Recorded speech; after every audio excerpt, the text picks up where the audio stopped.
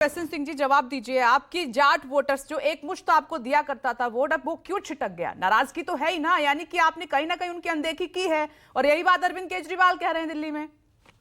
देखिए, केंद्र में भारतीय जनता पार्टी की सरकार बन रही है तो जाट मतदाताओं का इसमें बहुत बड़ी भूमिका रहती है। और हरियाणा में अगर भारतीय जनता पार्टी की सरकार बन रही है तो हमारे जाट भाइयों के नाते बन रही है। लेकिन विमल जी, हम पूछेंगे कि जाट समुदाय से आने वाले देश के उपराष्ट्रपति के ऊपर पेपर फेंकने का कार्य आदरणीय संजय सिंह करते हैं। हमारे जाट भाई देख रहे हैं कि आज प्रवेश वर्मा के हाथों जब अरविंद केजरीवाल की बड़ी हार हो रही है तो इस तरह की बात कर रहे हैं। और मैं तो कहूंगा कि भाई एक प्रक्रिया होती है, उस प्रक्रिया को का अनुपालन करके अगर भेजे होते तो माना जाता। परवेश वर्मा के थ्रू आप जाट वोट बैंक साधना चाहते हैं? आपको लगता है सिंह इससे काम हो जाएगा? 8 में से 3 सीटें तो आपको भी दी, जहां सबसे ज्यादा आपको सीटें मिला करती थी। ये कैसे ग्राफ गिर गया आपका? और मुझे जवाब दीजिए कि आप अन्य राज्यों के जो जाट हैं उनको आरक्षण मिल रहा है, दिल्ली के जो जाट हैं उनको आप क्यों नहीं आरक्षण देते, क्यों सूची में शामिल नहीं कर रहे हैं? देखिए विमल जी, भारतीय जनता पार्टी तो सर्व समाज को साथ लेकर चलती है। और आपकी बड़े जिम्मेदारी से आपके जिम्मेदार चैनल पर कह रहा हूं, जिसका जो हक बनता है निश्चित तौर पे कानूनी प्रक्रिया का अनुपालन कराते हुए भारतीय जनता पार्टी क्यों नहीं दे पाए आप हक? केंद्र में आपकी सरकार बैठी है, अब तक क्यों हक नहीं दे पाया?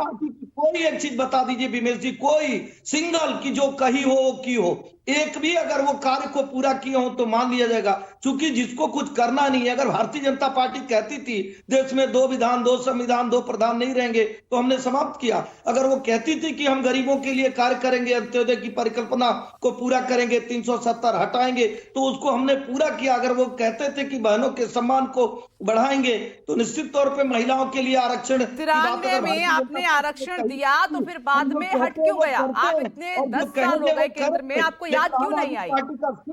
जी, नीरज मिश्रा जी कुछ कह रहे हैं। सिंगल काम अगर जो कही हो वो की हो तो या तो आप बता दीजिए, नहीं तो आम आदमी पार्टी के प्रवक्ता बैठेंगे। ठीक है नीरज जी, पहले आप बोले।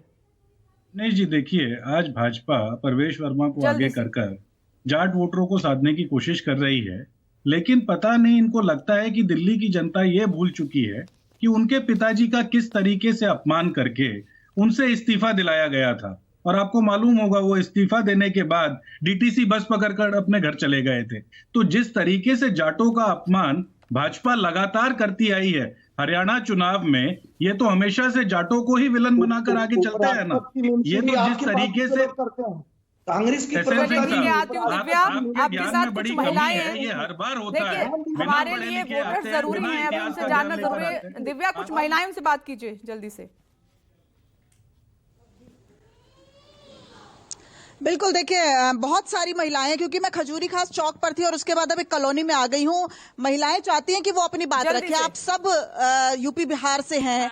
जब आप लोगों को कहा जाता है कि आप लोग बाहर से आए हैं तो आपको कैसा लगता है? बहुत बुरा लगता है। हम लोग जब यहाँ पर रह रहे हैं, कम से कम 85 से रह रहे हैं, आप कहेगा कि बाहर से रह रहे हैं तो बुरा तो बहुत लगता है। तो ये वोट किसको दे समझ में नहीं आता है। केजरीवाल तो बिल्कुल कह के कोई काम न कराए, न कुछ देता है, खाली झूठ बोलते। क्यों आप लोगों ने महिला सम्मान योजना का रजिस्ट्रेशन नहीं कराया? नहीं कर। क्या सड़क, पानी, बिजली, क्या समस्या है? कोई बिजली की कोई समस्या नहीं। बिल आ रहा है? हाँ आ रहा है बिल। इससे पहले बिल आया था? हाँ अभी आया है बिल। आपके साथ तो बच्चा है। मैं अभी बहुत देर से इस गली में खड़ी हूँ, बहुत बदबू भी आ रही है, नाली इतनी भरी हुई है। यहाँ पर क्या समस्या क्या है? बच्चे तो खेलते ही नहीं। चलिए ठीक है दिव्या, वक्त की कमी है, यही चर्चा को विराम देना होगा। लेकिन आज हमने दिल्ली के जो वोटर्स हैं, इन बयानों का उन पर क्या असर हुआ है वो जाना है। आप सभी का बहुत बहुत शुक्रिया ब्रेकिंग विद एजेंडा की इस बहस में शामिल होने के लिए। छोटा सा ब्रेक।